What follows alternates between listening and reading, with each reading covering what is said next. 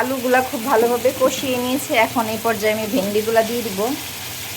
মানে আলুটা একটু সিদ্ধ হতে সময় লাগবে, এর জন্য আমি আলুগুলো আগে দিচ্ছি। এখন আমি ভেন্ডিগুলা দিয়ে আবার আলুর সাথে খুব ভালোভাবে কতক্ষণ কষিয়ে নিব। তারপর এখানে আমি পরিমাণ মতো ঝোল দিয়ে রান্না করে নিব।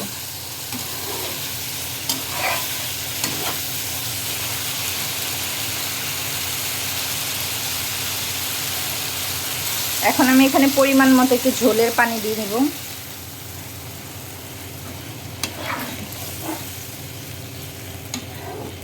তারপর বলক আসলে আমি এখানে মাছগুলা দিয়ে দিব।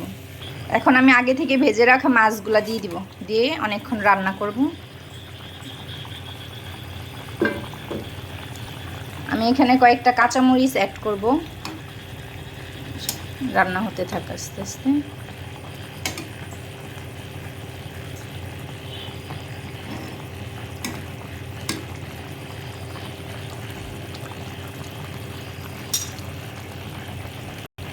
এখন আমি এখানে কয়েকটা কাঁচামরিচ অ্যাড করে দিলাম।